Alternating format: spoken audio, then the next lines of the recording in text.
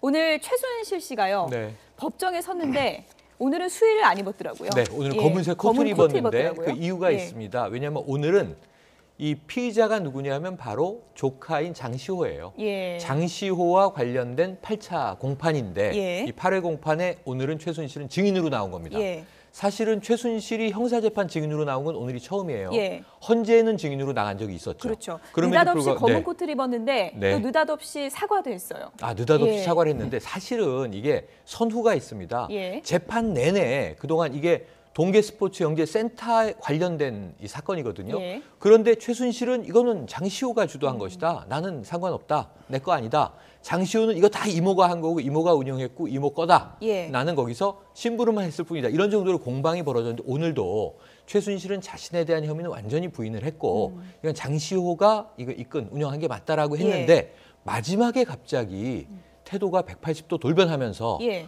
좀 굉장히 이제 울먹울먹한 마음으로 국민들께 한마디를 남겼는데 이 박근혜 대통령의 파면, 이 탄핵 관련해서 예. 원죄라는 표현을 썼어요. 그렇죠. 그 원죄에 대해서 국민들께 죄송하다 이런 얘기를 했고요. 한참 공방을 벌여놓고 조카인 장시호 불쌍한 아이다. 선처해달라 이렇게 예. 얘기했습니다. 근데 저는 여기 약간 함정이 숨어 있어요.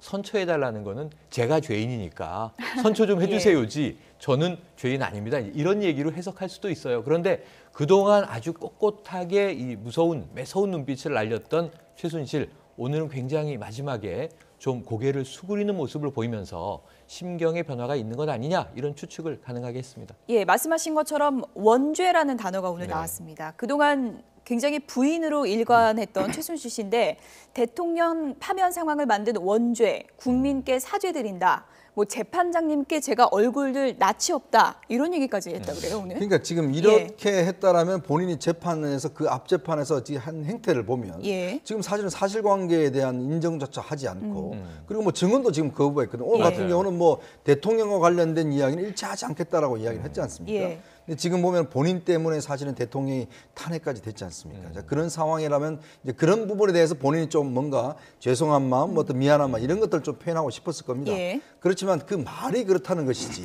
예. 실제로 여러 가지 재판에 이런 상황을 보면 예. 또 이 말과는 전혀 다르게 하는 거예요. 본인은 잘못한 게 없고 예. 또 어떤 본인이 불리한 것에 대해서는 또 증언을 거부하고 있고 이런 상황을 본다면 본인이 지금 오늘 마지막 이야기했던 국민한테 미안하다는 이야기는 예. 처음에 사실 검찰 출두할 때 죄송합니다라는 것과 죽을 죄를 그렇죠. 지었습니다. 그 다음에 또 변해서 완전히 180도 바뀐 예. 그런 태도와 저는 똑같다라고 보여집니다. 저도 이게 그 두 말이 전혀 진정성이 없는 게요.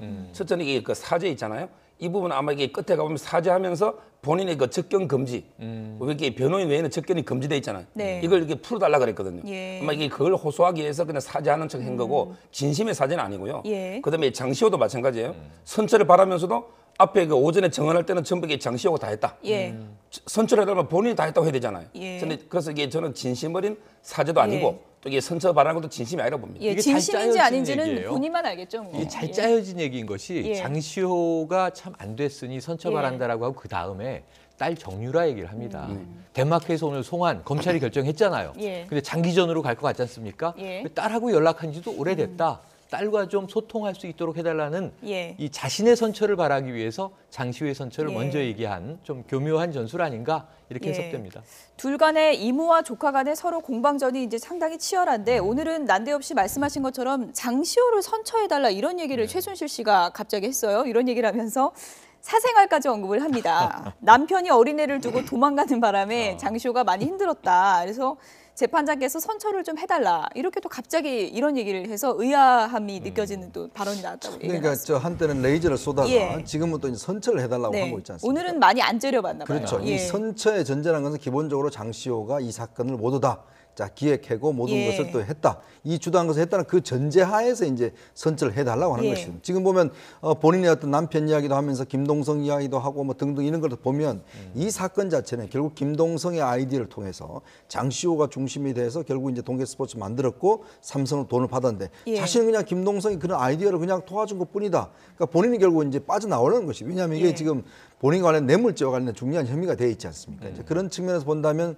지금 최순실의 어떤 법정 전략은 오늘 증인을 출석을 하면서 결국 얘가 죄를 지었는데 재판님 좀 얘를 굽어 살피시고 예. 좀 죄를 용서해 주시고 선처해 그렇지만 얘가 다 했어요. 예. 이런 식의 어떤 논법을 쓰는 것이거든요. 지금 보시는 것처럼 김동성 씨 입장에서는 지금 마른 하늘의 날벼락입니다. 최순실 씨가 오늘 김동성 아이디어였고 내가 김동성 용돈도 줬다 이런 얘기 나왔고 장시호 씨는 얼마 전에 김동성 씨와 최순실 씨 집에서 동거했다 이런 내용까지 폭로하지 않았습니까? 그렇죠. 이게 그 예. 제가 보기에 그 구체적으로 보면 김동성 씨를 이제 그 법적으로 예. 처벌하기 좀 힘들 것 같고요. 예. 그냥 상당히 그 도덕적으로는 좀 비난을 받을 게 많고 저는 이게 그 두 분이 뭐 예를 들어 이게 장시호하고 최순실 합쳐가지고 김동성 떠넘기 이런 건 아닌 것 같고요. 왜냐하면 이게 두 사람이 영원히 저는 이게 동지가 될 수가 없어요. 예. 어차피 이게 제수의 딜레마처럼 둘 중에 하나는 책임을 져야 되기 때문에 예. 최순실과 장시호는 영원히 적으로 갈 수밖에 없고 다만 이게 그 김동성에 대해서는 아마 도덕적 좀 비난으로 같은 팩트를 이야기한 것 같아요. 그런데 지금 이 최순실과 장시호가 하필이면 동계 스포츠 영재 센터를 가지고 같이 말이 일치한 대목이 이 대목이니까 예. 이 아이디어는 김동성으로부터 나왔다. 누굽니까? 쇼트트랙 국가대표 스타 아닙니까? 그런데 이제 여기에 대해서는 김동성 씨가 상당히 곤란함에 처했어요. 두 가지 곤란함을 김동성 씨가 받았습니다. 하나는 정말 자신이 살 길을 좀 찾고자 뭔가 새로운 일을 좀 해보고자 최순실에게 이 아이디어를 제공하면서 이런 거 만듭시다라고 얘기했느냐.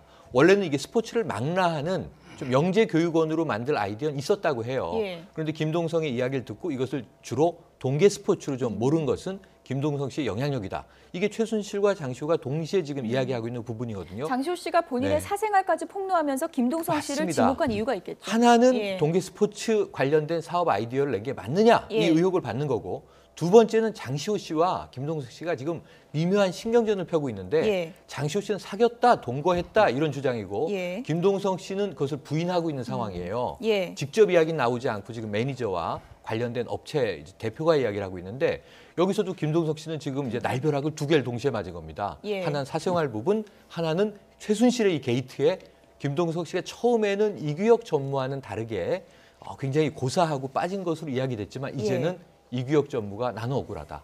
사실은 김동성 아이디어다. 이렇게 예. 되면서 그게 신빙성이 높아지고 있는 게 또 사실입니다. 예.